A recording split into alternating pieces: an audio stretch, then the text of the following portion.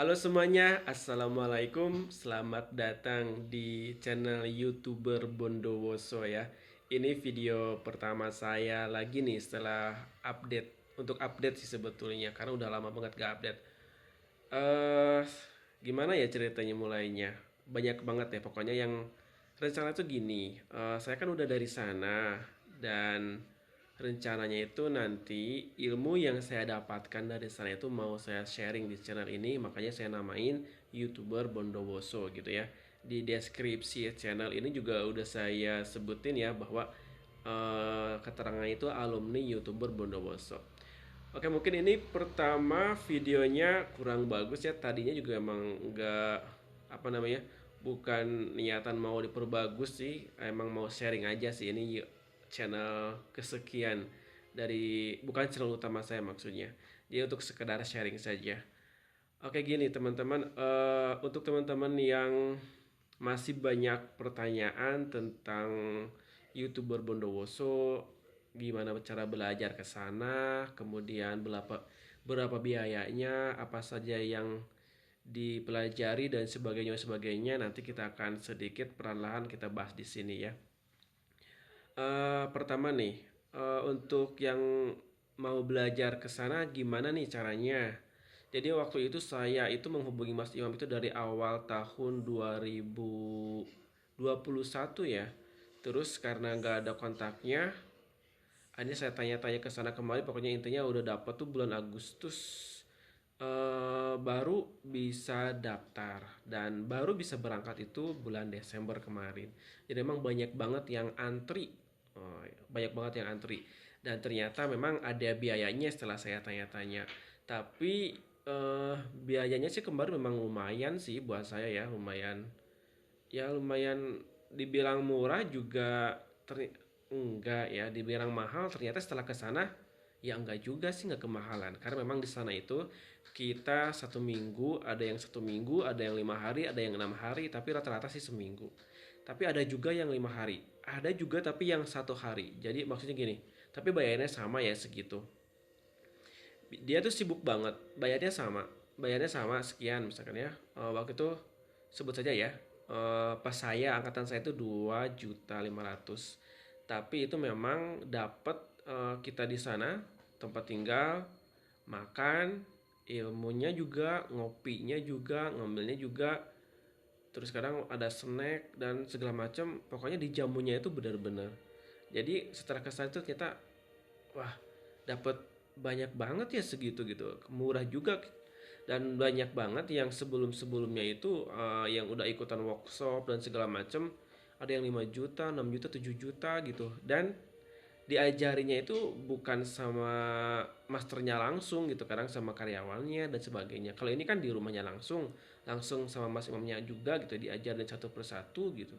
Terus kita bisa kapan aja nanya gitu kan. Terus live supportnya kalau ada apa-apa bisa WA juga ke mas imamnya, jadi enak banget. Nah kita itu di sana apa namanya, belajar kurang lebih 5 hari 6 harian lah gitu. Saya dari Bandung waktu itu naik kereta ke Surabaya, kemudian dari Surabaya naik travel. Karena kalau nggak naik travel bisa sih naik umum tapi muter-muter. Nah yang dari luar kota bisa tanya-tanya ya. Kemudian kemana sih daftarnya? Ada daftarnya admin Mas Imam di video pertama saya yang judulnya itu mau belajar di hati-hati gitu kan, belajar ke Bondowoso gak bisa pulang. Yang pertama saya ada di deskripsinya, ada adminnya Mas Imam, tinggal hubungi saja ke sana. Kemudian nanti ada Google Form yang harus diisi, lanjut di situ nanti mau di lokasi bisa bayarnya, mau transfer juga lebih cepat dijadwalkannya. Jadi kalau teman-teman mau cepat dijadwalkan langsung transfer saja, biar cepat dijadwalkan kalau teman-teman mau berniat mau ke sana. Tapi sebetulnya nanti saya juga mau sharing di sini apa yang saya dapetin ya di sana, tapi sebisanya saja, gratis di sini. Oke teman-teman, itu tadi ya, kalau misalkan apa saja yang didapatkan, banyak tadi ya, kita makan, tinggal, ngopi, snack, saudara yang penting. Pokoknya di sana itu, aduh bener saya ngerasain dijamu banget sama Mas Imam. Jadi kayak ngerasa kakak keluarga baru gitu di sana itu. Makan 3 kali sehari, ngemil, ngopi segala macam. Pada baik-baik banget, bener-bener baik banget. Terus di sana itu hari malam minggu, malam Rabu deh, malam Rabu kita ada pengajian juga, ikut pengajian di sana bareng. Terus hari Jumatnya itu ada infak buat warga sekitar lah yang mau ikutan itu juga ya. Kalau enggak juga ya itu kembali lagi ke masing-masing. Oke, terus apa sih yang diajarkan di sana? Yang diajarkan di sana itu cara menyeting channelnya. Memang ternyata banyak banget yang harus disetting. Contohnya, ini contohnya ya. Nama channel misalkan, nama channel itu ternyata bisa berubah-ubah. Bisa berubah-ubah misalkan kalau orang Indonesia nama channelnya misalkan mancing. Ya, misalkan bisa disetting sama kita. Kalau yang melihatnya orang luar, nama channelnya itu bukan mancing tapi bahasa Inggrisnya apa gitu, sesuai sesuai bahasa, HP-nya, atau bahasa Arab misalkan dikasih nama apa. Di sini nama channel kita itu bisa muncul sesuai yang kita setting. Itu memudahkan channel kita bisa diakses sama orang-orang luar, bukan Indonesia saja. Itu penting juga. Itu nama channel bisa. Kemudian judul video juga bisa. Judul videonya misalkan kalau orang Indonesia yang nyarinya misalkan ketemunya itu misalkan cara memancing. Kalau orang luar beda lagi, sesuai yang kita setting, judul yang kita setting. Nah, itu cara nyeting itu. Kemudian cara default uploadnya juga dikasih tahu, di setting juga. Kemudian cara membuat judul yang bagus sesuai kata kunci yang dicari di YouTube. Kemudian cara mengisi tagnya, cara mengisi deskripsinya.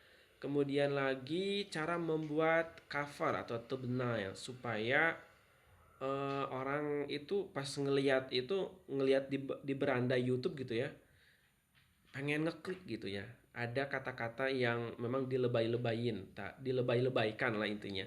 Tapi harus sesuai dengan kontennya. Nah, itu tadi ya salah satunya. Kemudian yang paling penting buat saya itu cara membaca analitik YouTube. Jadi kan video kita yang udah diupload, terus kita lihat analitiknya supaya kita bisa mengevaluasi apa sih yang kurangnya dari channel kita, apa sih yang kurangnya dari video kita, terus kira-kira video apa selanjutnya yang ditonton oleh penonton kita misalkan. Jadi orang yang nonton channel kita ternyata mereka itu nonton juga channel orang lain. Nah, dibaca di situ. Oh, nonton video ini. Nah, kita juga bisa membuat videonya yang seperti itu. Kemudian cara supaya rekomendasi YouTube. Jadi video kita itu memang rata-rata punya maksimum itu menjadi rekomendasi YouTube itu di atas 60% ya. Rekomendasi YouTube itu 70% dan kadang 80% atau kadang 90%. Nah, caranya dikasih tahu.